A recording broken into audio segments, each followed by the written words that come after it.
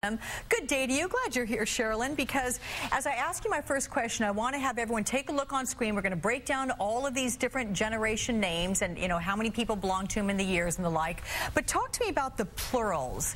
Why that term? Absolutely, Alex. Well, it really comes down to how different they are and the society that they're growing up in. Number one biggest difference for plurals versus millennials or Generation X or baby boomers is how ethnically diverse they are. They will actually be America's last generation to have a Caucasian majority. 54% of this generation is Caucasian. You compare that to baby boomers, where it's 72% of the generation.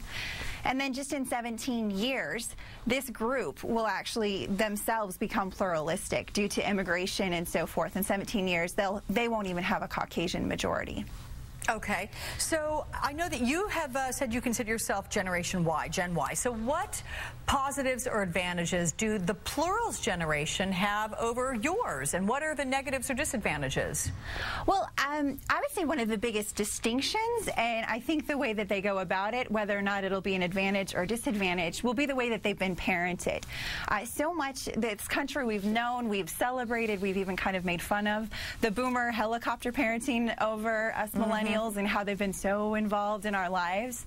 And with plurals, their parents are Gen Xers, who are very, very different than boomers.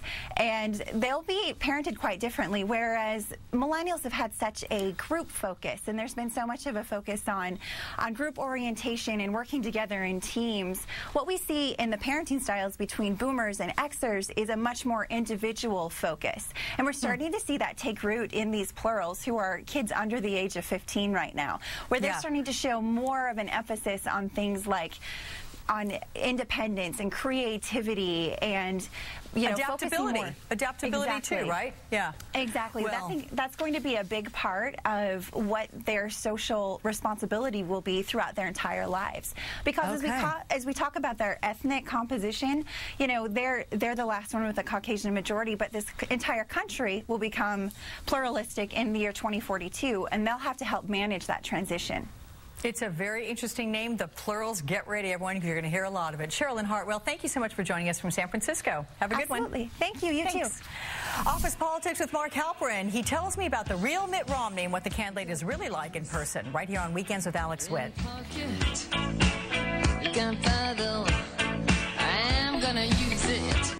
Hey, Ted. Hey, Penn. Hey, Teller.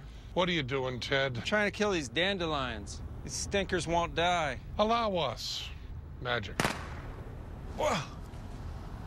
You guys got mad skills. Let's go. Thanks again, guys. You might have a plan, but is it a customized plan? With our Healthy Lawn Analysis, True Green will design a custom plan to give your yard exactly what it needs. Guaranteed. True Green. Go greener. We don't make sports cars.